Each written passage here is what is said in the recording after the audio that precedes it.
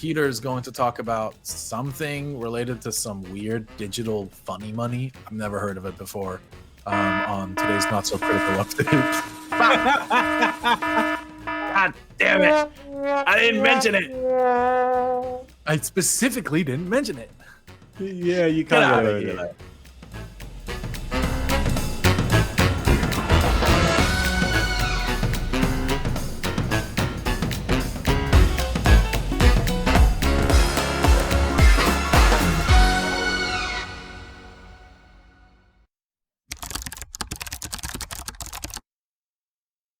Yeah, this is funny. So there was this, some people that released a paper, and they used some new methods of looking at the blockchain. So to kind of figure out where all the transactions were linked together at the beginning of the Bitcoin's existence, and there's certain methods that are built into the whole technology which are supposed to make it difficult to figure this stuff out, and this is using some new ways of looking at it. And my comment on this whole thing was that there's no encryption method remains secure forever. So anything you write that's been encrypted, or anything you encrypt, at some point in the future you can predict that it's going to be that some science will become available which will allow decryption of it. And the further to the future you get, the more likely that's going to happen. So even like the highest level of encryption, RSA 1,096,000,096, at some point we'll figure out a way to decrypt it. Okay, but it wasn't a matter of decryption in this case, I don't think. And the title is misleading, John, because it also isn't about anonymity, beyond the fact that they know that the original group of miners, the people who grouped most of the original coins, is this group of 64 people. And I think what they looked at is that, like, you could tell who they were based on their buying behavior and other things that they did offline. Like, just, we know who those people are.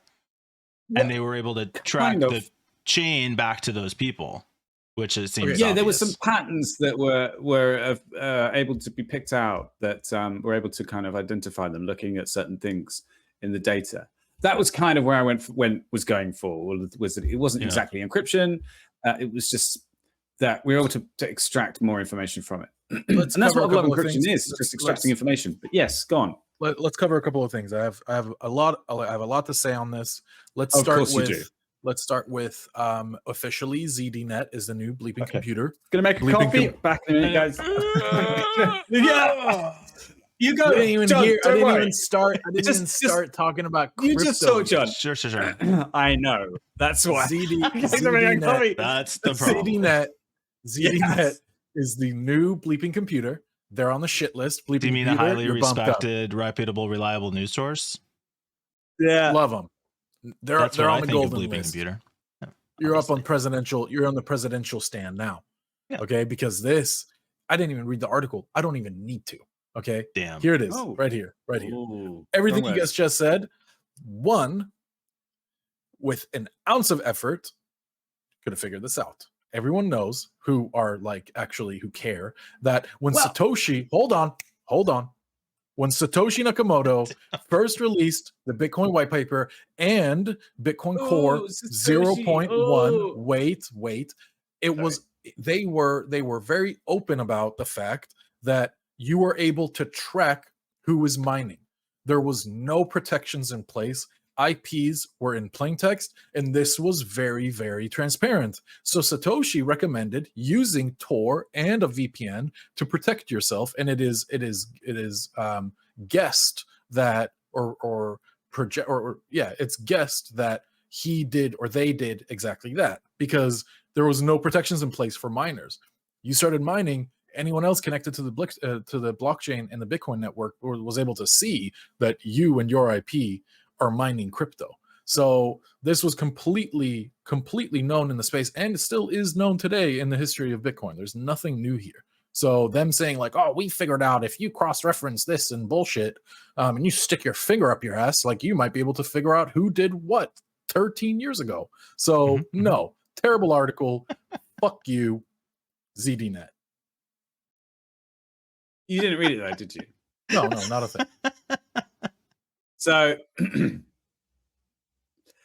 I mean, it's based on a paper, which I didn't read, but it does actually say that there was a quote in there. I'm trying to find it now. Sorry, you keep talking amongst yourselves. Well, do it live. No, please. Yeah, do it live. Yep, do it live. Yep. I knew you were going to use it. Take your time, Peter. The viewers are waiting. Oh my god, the stress is getting to me. There's a quote, Peter. You said there's a quote. Yeah. Give me the out of context quote. Come on. It's called "Follow the Money Attacks," and the traditional banking model to necessitate the necessity to announce all transaction publicly but precludes this method can still be maintained take a breath, Peter. by breaking the flow of information in another place. Okay, Privacy can you say it in normal English. Yeah, privacy by keeping public keys anonymous. So originally, the intent was to maintain some level of privacy by keeping public keys anonymous. The public can see that someone is sending an amount to someone else, but without information linking the transaction to anyone. It's similar to the level of information released by stock exchanges. As an additional firewall, a new key pair should be used for each transaction to keep them from being linked to a common owner. Some linking is still unavoidable with multi-input transactions, which will necessarily reveal that their inputs are owned by the same owner. So the novel thing is that they find two patterns that point to users. One is the presence of recurring bits of code, and one is duplicate addresses for certain transactions. So it's just a new way of looking at the data that's available that reduced. There was an estimates of how many people were involved in the original pool, and it was like 60, like thousands of people. And now it's down to like just 64 people, which were the real core of it. So, and it's not just a guess anymore. It's much more scientific this time. You know, I don't think that there's any, oh my God, people, you know. My problem is the title. Well, I think to what Peter just said, though, from the research showed that the issue is that they shouldn't be able to track it back. So, like, even though they know who those people are, they shouldn't be able to track the transactions back to them if they were using these key value pairs correctly. But they found flaws in that system. But they still cannot track those people back to the identity of whoever is behind the key, the public key, because that's where the disconnect is. Now, I'll explain. They figured out that there was a core 64 member pool of people who were originally mining Bitcoin, right back in 2009. Yeah. Okay. Who are they? Well, we know it's Satoshi is one of them. We know. I think his name is Hal Finney. I believe is his name, if I remember correctly. That's another one. They've come out and publicly talked about their addresses. Who's the rest? But we're not talking about unmasking them. We're talking about tracing back the chain. If I have a Bitcoin, you shouldn't be able to tell whether I got it.